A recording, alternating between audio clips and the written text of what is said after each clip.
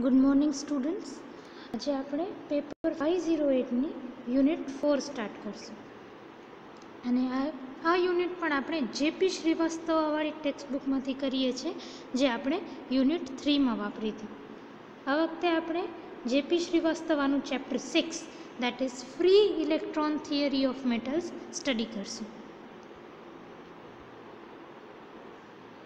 The valence electrons of metal atoms can be treated as free because they are so loosely bound. The free electrons of metals are called conduction electrons since they are responsible for electrical conduction. હવે તમને ખબર હશે કે આપણે મેટલમાં છે ને, મેટલમાં ઇલેક્ટ્રોન્સને હંમેશા free consider કરીએ. મેટલ તમારું હોય એનામાં તમારા જે એટમ્સ હોય એના સાથે જે ઇલેક્ટ્રોન્સ અટેચ્ડ હોય they are free to move anyway. અને ફ્રી શું કામ ટ્રીટ કરીએ આપણે? Why do we treat them as free? Because they are loosely bound. જે ઇલેક્ટ્રોન છે ને એ પોતાના એટમ સાથે લૂઝલી બાઉન્ડ છે. લૂઝલી બાઉન્ડ એટલે કે બહુ ઓછી એનર્જી અપ્લાય કરવી પડે એને એટમથી ડિટેચ કરવા માટે. મેટલમાં આપણે આ બેસિક વસ્તુ તો 11-12થી ખબર જ છે કે મેટલમાં તમે ઇલેક્ટ્રોન્સને ફ્રી કન્સિડર કરો. Free electrons they can move as they want according to the electric field applied. ને આ જે ફ્રી ઇલેક્ટ્રોન્સ છે ને એને કન્ડક્શન ઇલેક્ટ્રોન્સ પણ કહેવાય. ફ્રી ઇલેક્ટ્રોન્સને મેટલના ફ્રી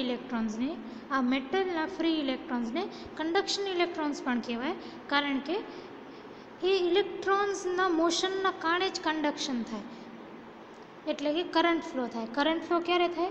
જ્યારે મેટલના એ ફ્રી ઇલેક્ટ્રોન્સ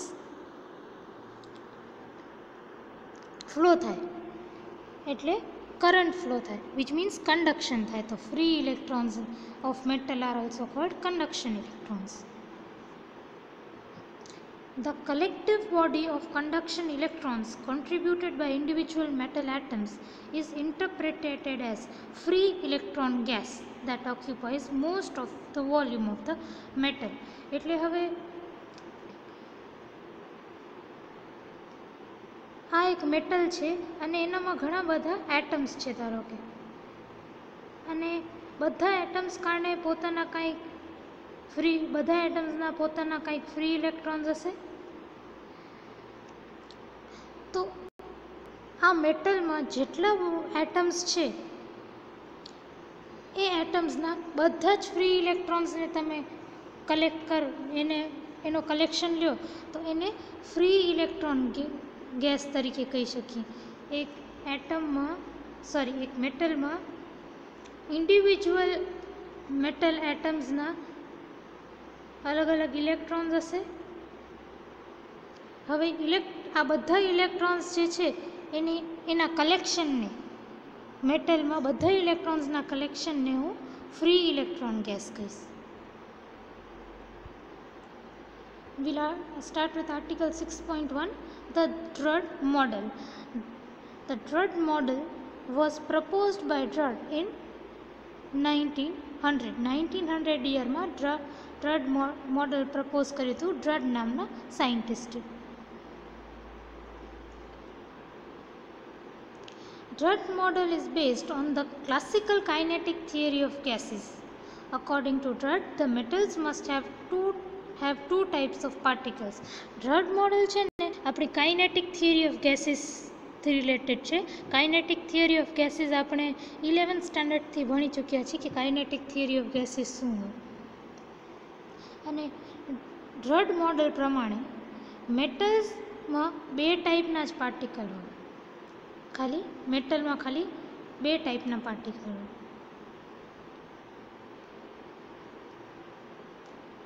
કયા બે ટાઈપના હોઈ શકે મેટલમાં પાર્ટિકલ? એક તો પોઝિટિવ હોઈ શકે, બીજો તો નેગેટિવ હોઈ શકે. પોઝિટિવ એટલે શું? આપણો જે પોઝિટિવ આયન કોર હોય એ, ને નેગેટિવ એટલે આપણા ઇલેક્ટ્રોન્સ. આ જ બે ટાઈપના પાર્ટિકલ હોઈ શકે. Now it is assumed that when metal atoms come together to form a metal, the valence electrons get liberated and move freely within the metal. The remainder of atom is positive ion carrying the major portion of atomic mass. Drude took these particles as heavy and immobile. હવે આ point શું કહે છે કે જ્યારે ઘણા બધા metal atoms ભેગા થાય ને એક મેટલ બનવા, ત્યારે શું થાય કે એ મેટલ એટમ્સમાંથી વેલેન્સ ઇલેક્ટ્રોન્સ છે, એના લૂઝલી બાઉન્ડ વેલેન્સ ઇલેક્ટ્રોન્સ હોય એ બહાર લિબરેટ થઈ જાય and they can move freely મેટલની અંદર એ ઇલેક્ટ્રોન્સ. હવે એ એટમમાંથી તમે ઇલેક્ટ્રોન કાઢી નાખો, કોઈ પણ ન્યુટ્રલ એટમ હોય એમાંથી તમે ઇલેક્ટ્રોન કાઢી નાખો તો શું બચે? પોઝિટિવ આયન બચે. ઇલેક્ટ્રોન કાઢી નાખ્યું, ઇલેક્ટ્રોન બારે છે, ફ્રીલી મૂવ કરી શકે છે, તો પાછળ એટમમાં શું બચશે? એટમની જગ્યાએ પોઝિટિવ આયન બચશે. ધારો કે Na છે, એમાંથી તમે એક ઇલેક્ટ્રોન કાઢો તો શું બની જાય? Na+, વિચ મીન્સ એક પોઝિટિવ આયન રહે. આ તો ઇલેક્ટ્રોન્સ છે જે ફ્લો કરી શકે છે. એક્ઝામ્પલ આપું છું, વેલેન્સ ઇલેક્ટ્રોન્સ છે ફ્લો કરે છે મેટલમાં, બાકી શું બચે છે? આપણું એક પોઝિટિવ આયન બચે છે.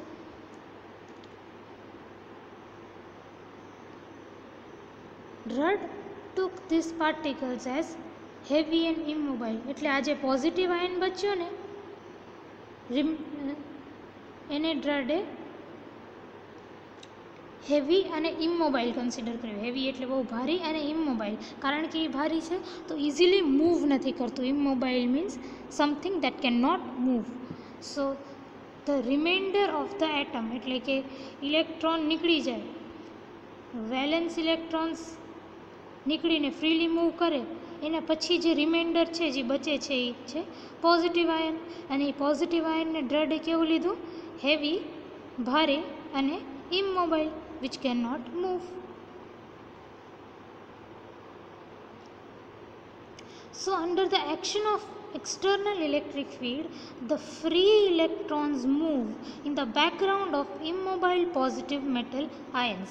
તમે કોઈ પણ મેટલમાં એક્સટર્નલ બહારેથી ઇલેક્ટ્રિક ફિલ્ડ લગાવો તો શું થાય કે જે ફ્રી ઇલેક્ટ્રોન્સ છે એ મૂવ કરે અને એના બેકગ્રાઉન્ડમાં શું હોય? ઇમોબાઇલ પોઝિટિવ મેટલ આયન્સ છે.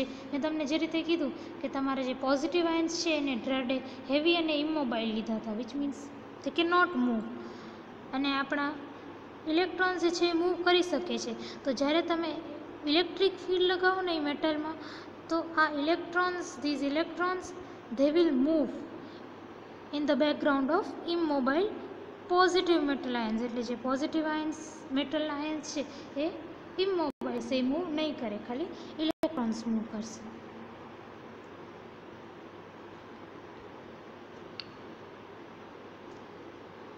Now assumptions of Drude model specific to only free electron gas are given below. હવે ડ્રડ મોડેલ જે છે એ કોના ઉપર બેઝ છે? કાઇનેટિક થિયરી ઓફ ગેસીસ ઉપર. તો કાઇનેટિક થિયરી ઓફ ગેસીસના થોડાક અઝમ્પશન્સ લીધા હશે ડ્રડ મોડેલે. એક તો પણ આપણે કાઇનેટિક થિયરી ઓફ ગેસીસના એ અઝમ્પશન્સને સ્ટડી નહીં કરીએ આ ટોપિકમાં, બિકોઝ એ આપણે જોઈ લીધું છે આગળના યર્સમાં.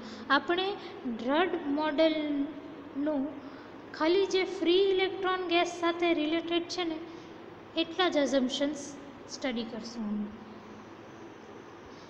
અઝમ્પશન્સ of Drude model specific to only free electron gas, એટલે ડ્રડ મોડલના એવા અઝમ્પશન્સ જે ખાલી તમારા ફ્રી ઇલેક્ટ્રોન ગેસ સાથે રિલેટેડ છે. એવા આપણા પાસે 3 assumptions છે. The first assumption being electron and electron ion interaction are neglected. એટલે કે ડ્રડ મોડલ એ ઇલેક્ટ્રોન ઇન્ટરેક્શન અને ઇલેક્ટ્રોન આયન ઇન્ટરેક્શનને નિગ્લેક્ટ કર્યું છે. Under the action of an external electric field, electrons move in opposite direction to the field and makes collisions with the positive ion cores. એટલે external electric field apply કરો ત્યારે તમને ખબર છે કે electrons છે જે ઇલેક્ટ્રિક ફિલ્ડ કરતાં ઊંધી ડાયરેક્શનમાં મૂવ કરે. અગર આ ડિરેક્શનમાં તમારી ઇલેક્ટ્રિક ફિલ્ડ હોય તો ઇલેક્ટ્રોન્સ કેવી, આ ડિરેક્શનમાં ઇલેક્ટ્રિક ફિલ્ડ હોય તો તમારા ઇલેક્ટ્રોન્સ કઈ ડાયરેક્શનમાં મૂવ કરશે, આ ડિરેક્શનમાં. અને તમારા મેટલ કેવું છે, આમ એક સી ઓફ પોઝિટિવ આયન્સ છે, તો ઇલેક્ટ્રોન્સ જે છે એ આવીને આ પોઝિટિવ મેટલ આયન સાથે ભટકાશે, કોલાઇડ કરશે. સો એક્સટર્નલ ઇલેક્ટ્રિક ફિલ્ડમાં electrons move in opposite direction to the field and make collision with the immobile ion cores. જે ઇમોબાઇલ પોઝિટિવ આયન્સ છે સાથે એના સાથે કોલાઇડ થશે. The electron bumps from ion to ion and between successive collisions move in a straight line or as determined by Newton's equation of motion. Electron bumps from ion to ion. એટલે આ ઇલેક્ટ્રોનનું શું થશે કે પહેલાં તો આ ઇલેક્ટ્રોન પહેલાં તો આ કોર સાથે બમ્પ થશે, ભટકાશે, પછી એની કંઈક ડાયરેક્શન ચેન્જ થશે અહીંયા આવતે પછી આના સાથે ભટકાશે, પછી આગળ વધશે, મે બી આના સાથે આવીને ભટકાય, પછી મે બી એની ડાયરેક્શન ચેન્જ થાય ને આના સાથે જઈને ભટકાય. તો આયન ટુ આયનની વચ્ચે તમારો ઇલેક્ટ્રોન બમ્પ કરતો રહેશે, કોલાઇડ કરતો રહેશે. એક આયનથી ભટકાશે, પછી બીજે ક્યાંક જશે, બીજી કોઈક ડાયરેક્શનમાં જશે, ત્યાં એને બીજો કોઈક આયન મળશે, ત્યાં જઈને કોલાઇડ કરશે, પછી એની ડાયરેક્શન ફરી બદલી જશે, તો એ ત્રીજા કોઈક આયન સાથે ભટકાશે, કોલાઇડ કરશે, ફરી ડાયરેક્શનની ચેન્જ થશે.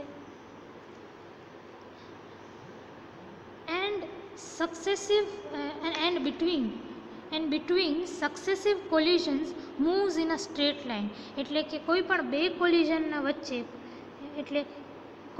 કોલિઝનના વચ્ચે એક સ્ટ્રેટ લાઇનમાં મૂવ કરે.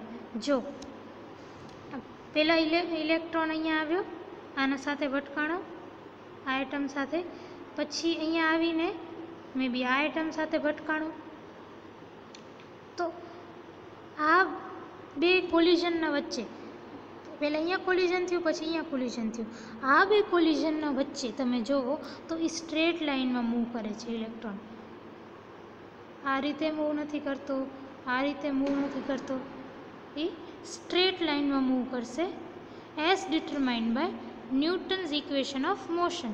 એટલે એ સ્ટ્રેટ લાઇન કયા ડાયરેક્શનમાં હશે, કેવી હશે, એ કોણ ડિટરમાઇન કરશે? Newton's equation of motion.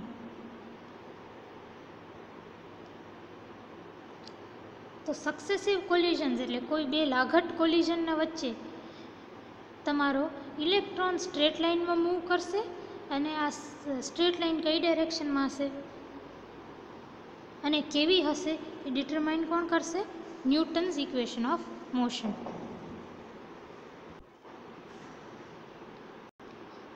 The third point is all electrons move with the RMS speed of Maxwell-Boltzmann distribution, representing the thermal velocity of electron. The average energy of electron immediately after collision is 0. હવે આજે તમે Maxwell Boltzmann distribution ભણ્યું હશે, fermi ડિરાક distribution ભણ્યું હશે અને Bose Einstein distribution ભણ્યું હશે. આટલા distributions આપણે હમણાં સુધી જોયા છે. તો ડ્રડ મોડેલમાં, in the Drude model, electrons are set to move with the RMS speed of Maxwell Boltzmann distribution. Drude મોડલે ડ્રડે શું અઝ્યુમ કર્યું હતું કે ઇલેક્ટ્રોન્સ જે છે ને એની RMS speed Maxwell Boltzmann distribution જેવી છે એવું ડ્રડે અઝ્યુમ કર્યું હતું. અને એ જે છે મેક્સવેલ બોલ્ટ્ઝમેન ડિસ્ટ્રીબ્યુશન જ ઇલેક્ટ્રોનની થર્મલ વેલોસિટી પણ રેપ્રેઝેન્ટ કરે છે. The average energy of electron immediately after collision કોલિઝનના ઇમિડિયેટલી પછી તમારી ઇલેક્ટ્રોનની એવરેજ એનર્જી 0 થઈ જાય.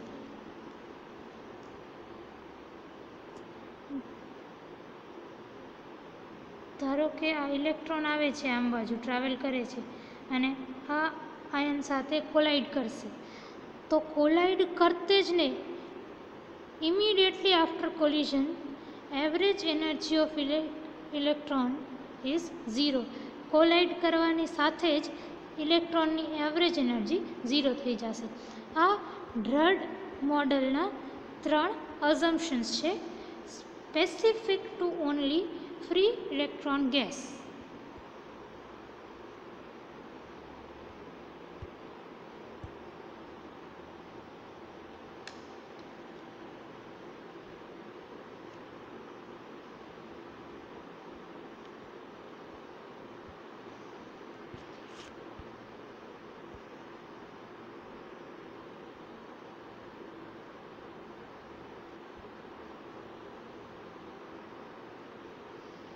હવે આપણે આ 6.1માં ધ ડ્રડ મોડલ છે, જે એના અંદર આપણે ડ્રડ મોડલની અંદર જ આપણે થોડીક સબ ટોપિક સ્ટડી કરશું.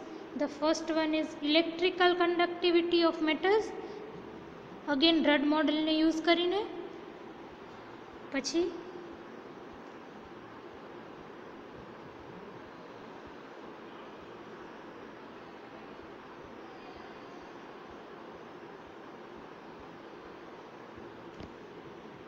મેગ્નેટોકન્ડક્ટિવિટી,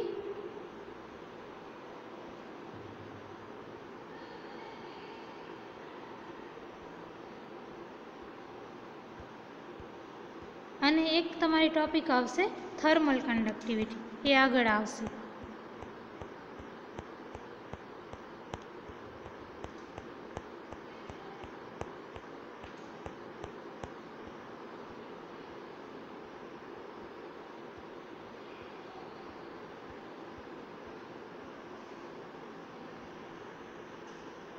હવે તમે એક્ઝામમાં લાસ્ટ યરના ક્વેશ્ચન પેપરમાં તમને આ રીતે એક શોર્ટ ક્વેશ્ચન હતો 2 માર્કનો, what is free electron gas and state assumption of Drude model. તો આજે જે મેં તમને કરાવ્યું એ તમને એમાંથી તમે લખી શકો, પેજ નંબર 126 ને page number 127. State assumption of Drude મોડલમાં પેલા જે 3 અઝમ્પશન્સ છે એ લખવાના, અને વોટ ઇઝ ફ્રી ઇલેક્ટ્રોન ગેસમાં આ લેક્ચર સ્ટાર્ટ કર્યું ત્યારે જ what is free electron gas collective જે ડેફિનેશન હતી એ.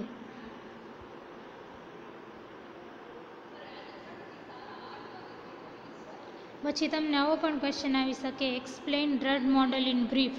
તો ફરીથી તમને વોટ ઇઝ ડ્રડ મોડલ, એના અઝમ્પશનને એ લખવાનું. તો તમે આ બે હોમવર્કમાં લઈ લો શોર્ટ ક્વેશ્ચન નંબર 1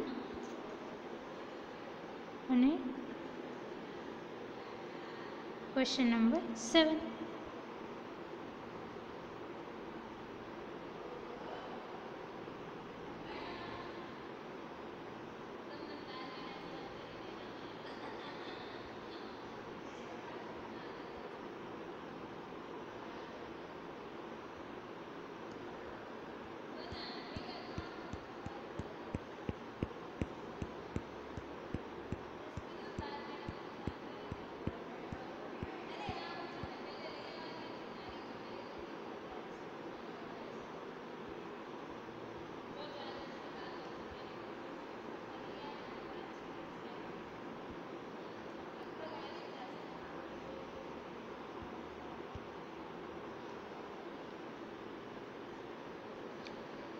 હવે કાલના લેક્ચરમાં આપણે 6.1.1 electrical conductivity of metals start કરશું. અને ઇલેક્ટ્રિકલ કન્ડક્ટિવિટીમાં આપણે 2 ટોપિક્સ, ઇલેક્ટ્રિકલ કન્ડક્ટિવિટી કયા 2 ટાઈપની હોઈ શકે, એક તો ડીસી અને એક તો એસી.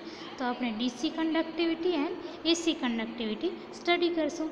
ડીસી કન્ડક્ટિવિટીમાં આપણે એક્સટર્નલ ડીસી ઇલેક્ટ્રિક ફિલ્ડ લગાવીને જોશું કે મેટલની કન્ડક્ટિવિટી કેવી હોય, અને એસી કન્ડક્ટિવિટીમાં આપણે મેટલમાં એસી ઇલેક્ટ્રિક ફિલ્ડ લગાવીને જોશું અને આપણે જોશું કે એની કન્ડક્ટિવિટી કેવી હોય. Thank you.